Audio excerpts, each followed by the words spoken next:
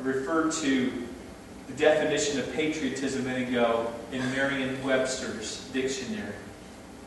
Noah Webster penned these words. He said, "The moral principles and precepts contained in the Scriptures ought to form the basis of all civil constitutions and laws.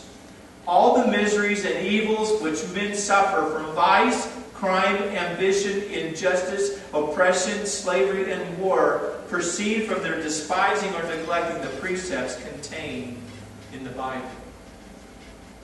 Through the years, many of our nation's leaders have attributed the value that the Bible brings to our culture. They understood that it was the foundational strength that what made America great. Abraham Lincoln said, "All the good from the Savior of the world is communicated through this book." But for the book, we could not know right from wrong.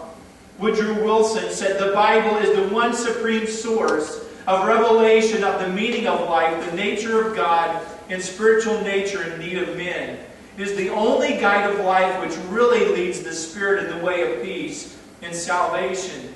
Another president, Calvin Coolidge, says, "The foundations of society and our government rest so much on the teachings of the Bible that it would be difficult to support them if these teachings would cease to be practically universal in our country." And people wonder why we're in the struggles that we're in. It's important to remember that America was not formed a nation apart from God, but a nation under God. And those two words were added to the Pledge of Allegiance to the flag of the United States of America in 1954. And the president at that time, Dwight Eisenhower, said, "In this way, we are affirming the transcendence of religious faith in America's heritage and future. In this way, we shall constantly strengthen those spiritual weapons which forever will be our country's most powerful resource in peace and war."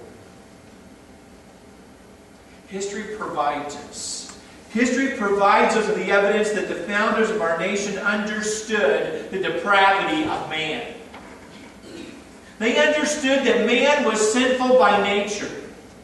And they designed a government with this in view, and as they created the structure for our nation. They understood that human beings are not capable of functioning most of the time with unselfish motives. They recognized that government must be powerful enough to restrain the evil impulses of the masses, and the idea that rulers cannot be trusted with absolute power. They were faced with incredible challenges of allocating sufficient power to serve and protect the masses without giving too much power to become tyrannical and oppressive. And as you read through history, and you see the goodness and the greatness of this nation, it became known around the world. In 1945, the Lebanese ambassador to the United States of America wrote these words. He said, "The good in the United States of America would have never come into being without the blessing and power of Jesus Christ.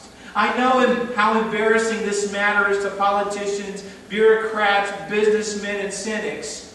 But whatever these honored men think, the irrefutable truth is that the soul of America is at its best and highest Christian." Daniel Webster wrote these words. He said, "Whatever makes good Christians makes them good citizens." In 1851, he affirmed the role of God in government when he said, "Let the religious element in man's nature be neglected, letting him be influenced by no higher motives than low self-esteem and subjected to no stronger restraints than the limits of civil authority, and he will become the creature of selfish passion and blind fanaticism.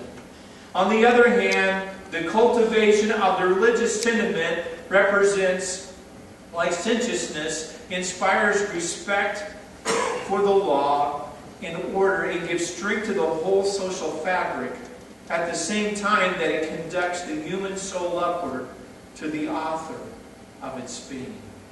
And you think about from the time he wrote those words in 1851 to 2009, and how little the Bible affects the culture today.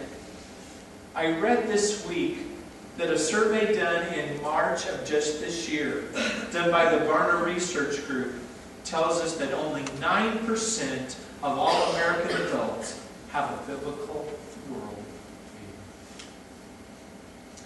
And you say, well, what is that? What is a biblical worldview?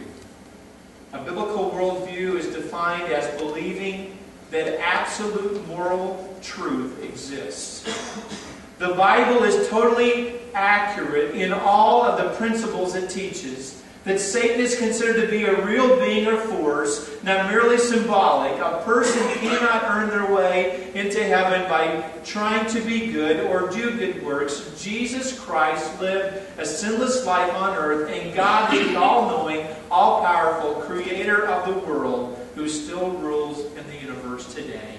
And you see that statistic? Only 9%. 9% of all American adults hold to that truth.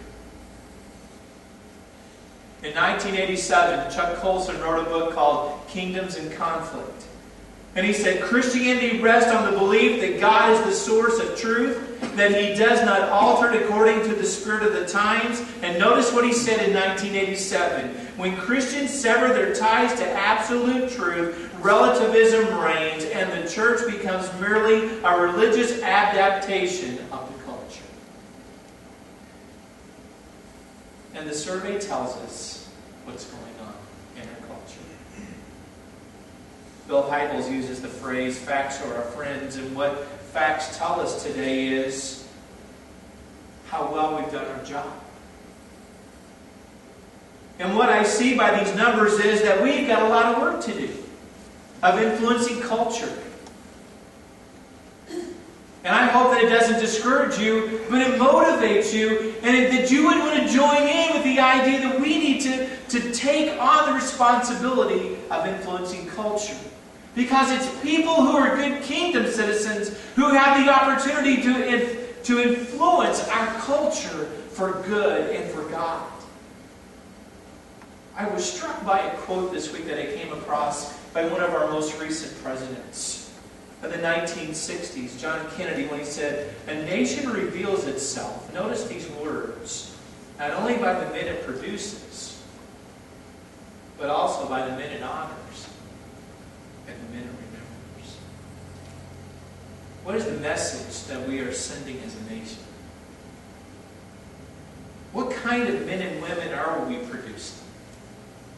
What does it say about us as a people with the people that we honor and idolize in our culture today? Thomas Jefferson said, "Indeed, I tremble for my country when I reflect that God is just, and His justice cannot sleep forever." I'm proud to be an American.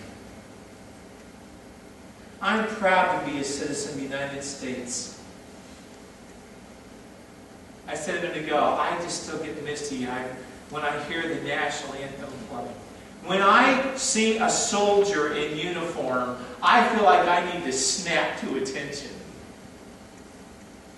I feel a deep debt of gratitude to those that have given their lives wearing the uniform, the armed services of our nation. Because it's to them that we owe them a debt of gratitude for protecting our freedoms that we cherish. But I don't know about you, but I feel a huge responsibility to pass this blessing on to my children and their children.